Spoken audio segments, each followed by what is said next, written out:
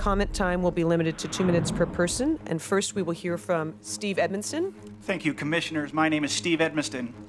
As I stated when I began just over 1 year ago, I'm here to give you a briefing that you actually asked for from the FAA and your staff about the impacts of aircraft noise and emissions on our quality of life in the airport neighbor communities.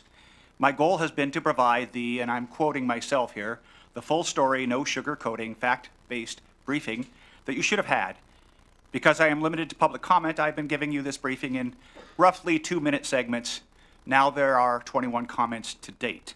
Because this is the final public comment for this phase of the briefing project, and because I believe we all have maintained the highest bar of civility in this very democratic process, I beg your discretion today.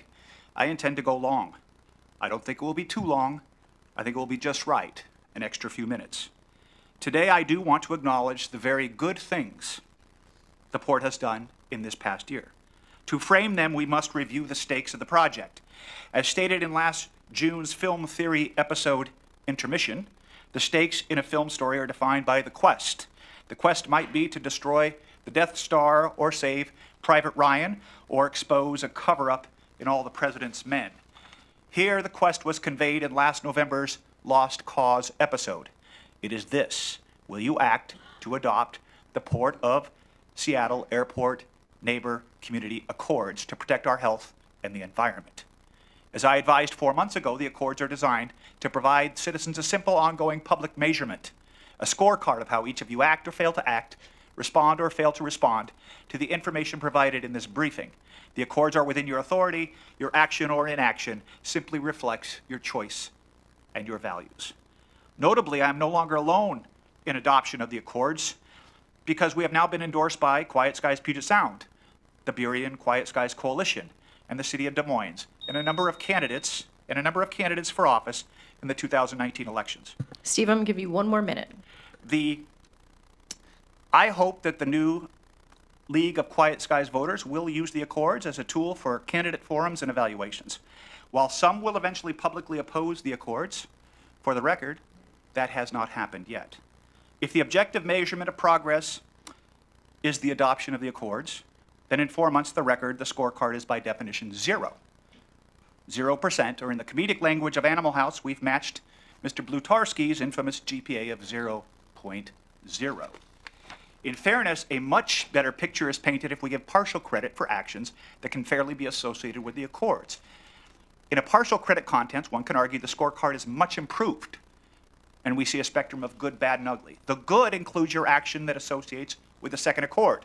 That transparency requires an independent audit of the over $400 million historically claimed as a port-funded airport mitigation procedure since 1985. The good includes actions that associate with the fourth Accord, that tax levy money can and should be prioritized for mitigation. The good includes action that associates with the eighth Accord to support the establishment of a commission to site a new primary commercial airport. The good may or may not include actions relating to the fifth, sixth, and seventh Accords that establish nighttime curfews, remedying failed third one-way usage commitments, and raising glide slopes. The outcomes on these issues are in doubt in the context of the START committee. Steve, 10 seconds, and I don't want to be rude, but I want to be fair to everybody. I understand. Thank you. I understand. The bad on the current scorecard includes the failure to act on the first Accord, with a policy statement that protecting the health of humans and the environment impacted by current and future Port of Seattle airport operations is a paramount duty and a precondition to increased frequency of aircraft operations. The bad also includes the failure to act on the ninth Accord, the reformation of the ineffective citizen complaint process, and the 10th Accord, which requires a moratorium on capital projects to expand overflight capacity. And lastly, and the singular ugly, which impacts transparency, trust, accountability, and culture, is the failure to take action on the third Accord, which requires a policy of non-interference with independent health and environmental studies. Thank you, Steve. If somebody else wants to cede their time to him, I'm very happy to allow that, but I really want to be fair to everybody. Sheila or Debbie, or you will? Okay, great. Can you reset the clock, please, for 2 minutes? Go ahead.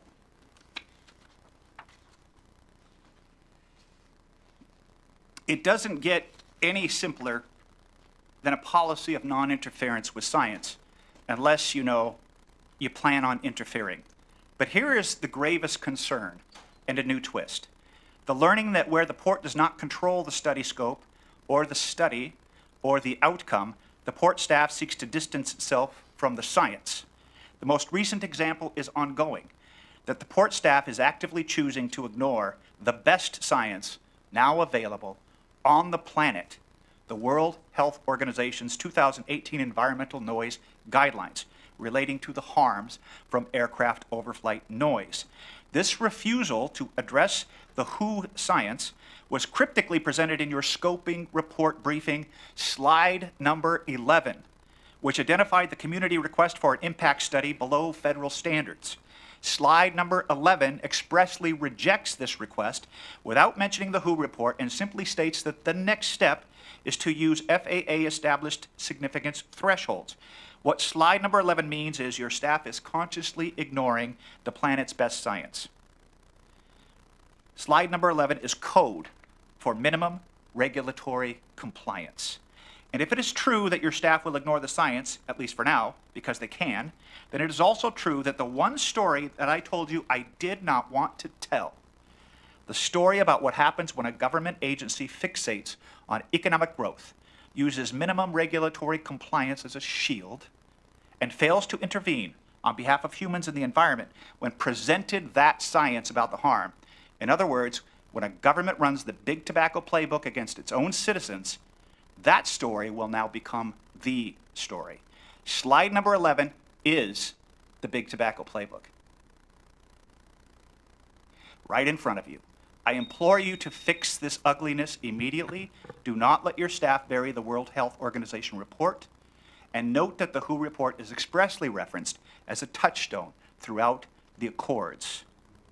Thank you, Steve. Listen to your citizens. They do support your green initiatives.